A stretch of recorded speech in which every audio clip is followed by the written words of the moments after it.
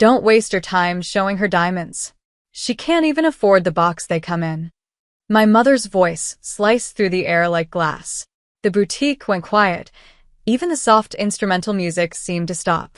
I stood there in the middle of sterling and fine jewelers, pretending the words didn't land. But they did. Every single one. Before we begin, drop a comment and tell us where are you from and from which city you're watching our videos? And after watching the whole video, don't forget to tell us what would you do in this situation? Be honest, tell me in the comments below. We read every comment. Let's begin. The young sales clerk blinked, unsure whether to laugh or apologize. My mother's smirk gave her the answer. You can show me the new arrivals, she said smoothly, her pearls catching the light. My daughter's just tagging along. I'd heard her tone before, the kind that dripped with fake charm while poisoning everything around it. The kind that made me feel 14 again, not 28. My throat tightened, but I forced a calm smile. Actually, I said, my voice steady, I came here for something specific. My mother gave a dry laugh. What, a catalog? I ignored her and turned to the clerk. Ava Carter. I placed an order last month. It should have arrived this week. Before the poor clerk could respond, the boutique manager appeared, sharp suit, confident stride, the kind of man who carried authority in his silence. He stopped when he saw me. His face lit up. Ms. Carter, he said warmly, we've been waiting for you. Your custom diamond line from Paris just arrived this morning. Come with me. We've set up a private room for your inspection. For a moment, nobody moved. My mother's lips parted slightly, her smile freezing mid-curve. Excuse me, she said. There must be some mistake. The manager shook his head. None, ma'am. Ms. Carter is one of our private clients. Her designs are exclusive to the Laurent collection. The clerk's jaw dropped. A few customers nearby turned to look at me, their curiosity sharp as camera flashes. I looked at my mother, her confidence unraveling in slow motion. For years, she'd told everyone I'd thrown my life away chasing art. She'd laughed when I sold sketches online, said real success came from marrying it, not earning it. Now she stood in the very place she'd mocked me, surrounded by jewels I had designed. I followed the manager into the private room, heart pounding not from pride, but from something deeper, release. Inside, the table shimmered with pieces that had once lived only in my sketchbook, delicate curves, hand-cut stones, and the small engraved signature, AC. The manager smiled. They're exquisite. Laurent was right to call you a prodigy. For a second, I couldn't speak. My hands trembled as I touched the necklace I'd spent months perfecting. My mother appeared in the doorway, pale and silent. I met her eyes. You were right, Mom. I can't afford to buy these, I said softly. But I can design them. The silence that followed sparkled louder than every diamond in the room. The sound of heels clicking against marble followed me out of the boutique. My mother's voice trailed close behind, low, sharp, and furious. Ava, what was that stunt supposed to prove? I didn't answer right away. The automatic door slid open, and the Manhattan air rushed in, cool and alive. For the first time in years, I didn't feel small walking beside her. I felt seen. I turned to face her under the streetlight. It wasn't a stunt, Mom. That's my career. Her lips pressed into a hard line. Since when do you have a career? She snapped. You're telling me those jewels, those ridiculous prices, are because of you? Yes, I said. Every sketch, every design, every sleepless night you called a waste of time. Her face reddened, and I could see it, the battle between pride and disbelief. You should have told me. I laughed, softly but bitterly. You wouldn't have listened. You never do unless there's a price tag attached. She opened her mouth, but I kept talking. Years of silence finally broke free. Do you know how many times I almost quit? How many days I worked double shifts at the diner just to pay for materials? And when I called you, hoping you'd say something like, I'm proud of you, you said. That you were being unrealistic, she interrupted, her tone brittle. Exactly. My voice trembled, but I didn't hide it. You never believed in me until it benefited you. Her expression faltered for just a second. Guilt, maybe. But she looked away, hiding it behind that same old mask. Ava, I wanted you to be secure. To have stability. No, I said, stepping closer. You wanted me to live your version of stability. Marry rich, stay silent, smile at parties. You never cared what actually made me happy. The traffic light turned green, painting her face in a strange hue, half envy, half realization. You sound just like your father, she muttered, always blaming someone else. That name was a punch to the chest. Dad believed in me, I said quietly. He supported my art until the day he died. You erased that part of him because it didn't fit your perfect picture. Her jaw tightened. She didn't respond. For once, words failed her. I took a slow breath and started walking toward the curb. You know, Mom, for years, I thought success would make you love me differently. But it won't. And that's okay now. She followed, her heels clicking faster. Ava, wait. Don't walk away like this. I'm not walking away, I said, turning back to her. I'm walking forward. Her face fell. Maybe for the first time, she saw me not as her daughter, but as a woman who no longer needed her permission to shine. Before I got into my car, she called after me one last time. Ava, everyone was staring at me in there. You humiliated me. I paused at the door, hand on the handle, and met her eyes. Now you know what it feels like. The city swallowed her silence. As I drove off, tears blurred the skyline. Not of sadness, but release. The weight I'd carried for years finally lifted, piece by piece, like broken glass swept from a floor. In the rearview mirror, the jewelry store lights glowed behind me, sparkling like a reminder. Sometimes, the most beautiful revenge isn't revenge at all. It's rising where they said you couldn't. And I wasn't done rising yet. 2 months later, I stood in front of a floor-to-ceiling window overlooking the Paris skyline, my reflection caught between sunrise and city lights. The Eiffel Tower glimmered faintly in the distance, and behind me, the showroom buzzed with excitement. It still felt unreal. My debut collection, Lumiere by Ava Carter, was about to launch at Lauren's annual fashion gala. My sketches, once mocked as scribbles, were now displayed under glass, surrounded by reporters, stylists, and collectors from across Europe. But what none of them knew was that behind every diamond, there was a memory of struggle. As I adjusted the clasp of a necklace, one I designed after my father's death, I heard my assistant, Mia, rush in with wide eyes. Ava, you won't believe who just RSVP'd late to the gala.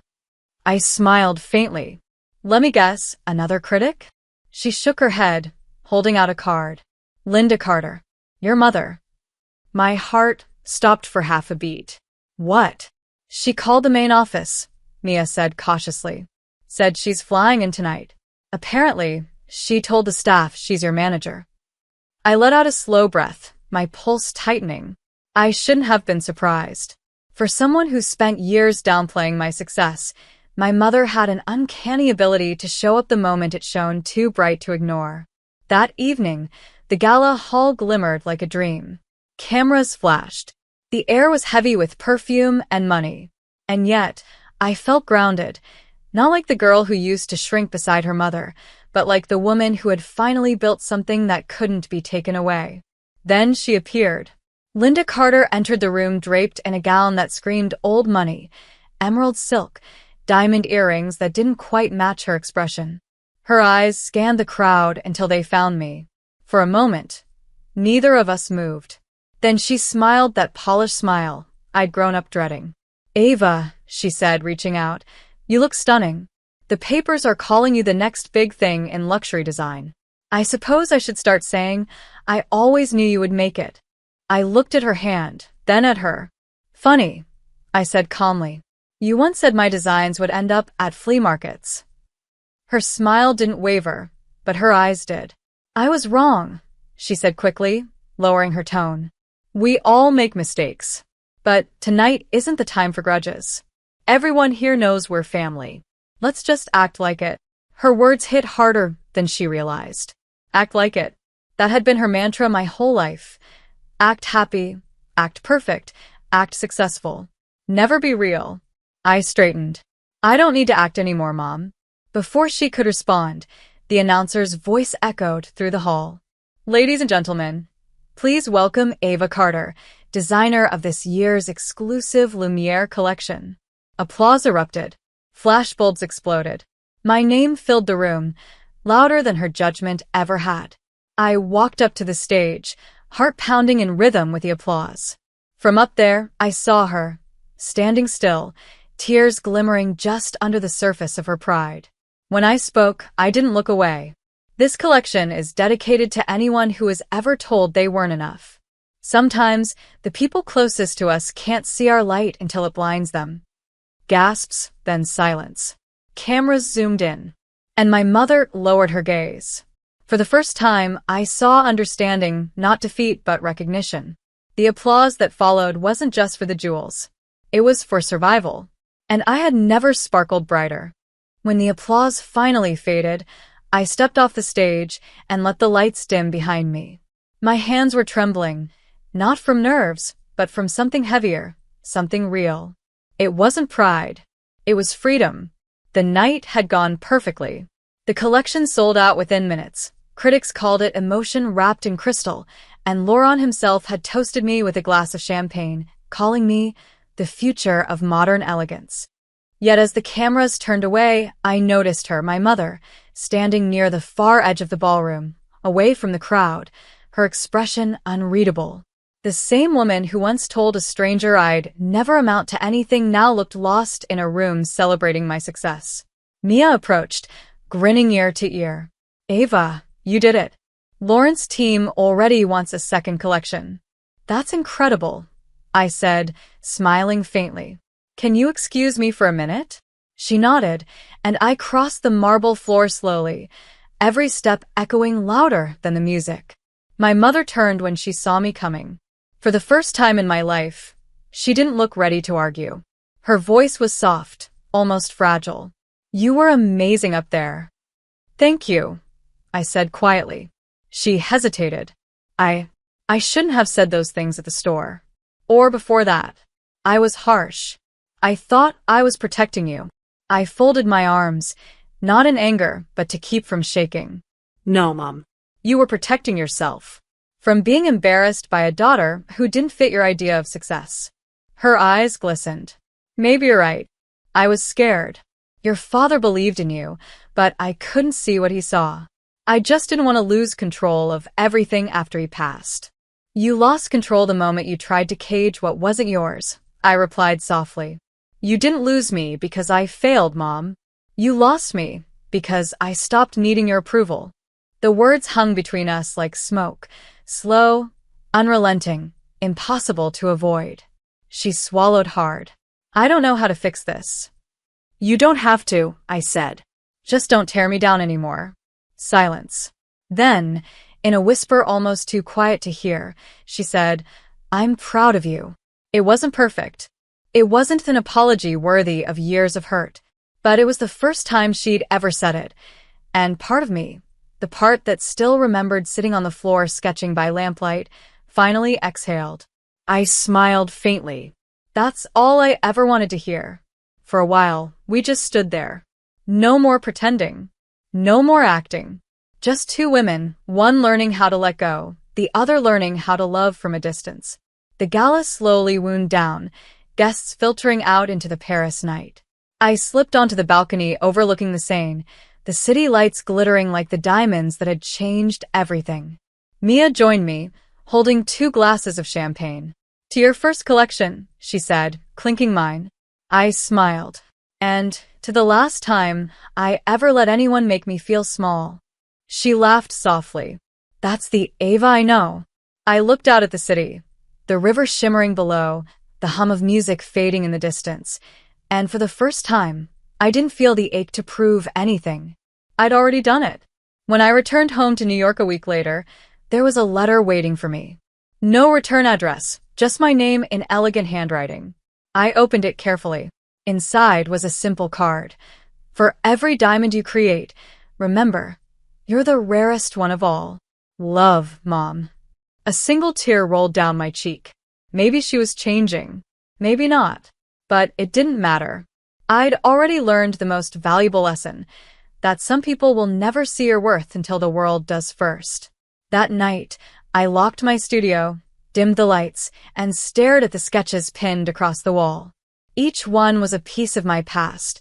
Rejection, struggle, resilience, turned into beauty. I whispered to myself, "You did it, Ava. You did it without them." And somewhere deep inside, it finally felt true. Outside, New York glittered like Paris had, not because of the lights, but because I could finally see my own reflection in them. Not as someone's daughter. Not as someone's disappointment. Just me. A designer. A survivor. A woman who learned that sometimes the best revenge is simply becoming everything they said you couldn't be. As I walked to the window, the moon caught the edge of one of my newest designs, a ring shaped like a teardrop of light. I slipped it on, smiled, and whispered, "This one's for me." The world outside sparkled back. And for once, the silence didn't hurt. It glowed.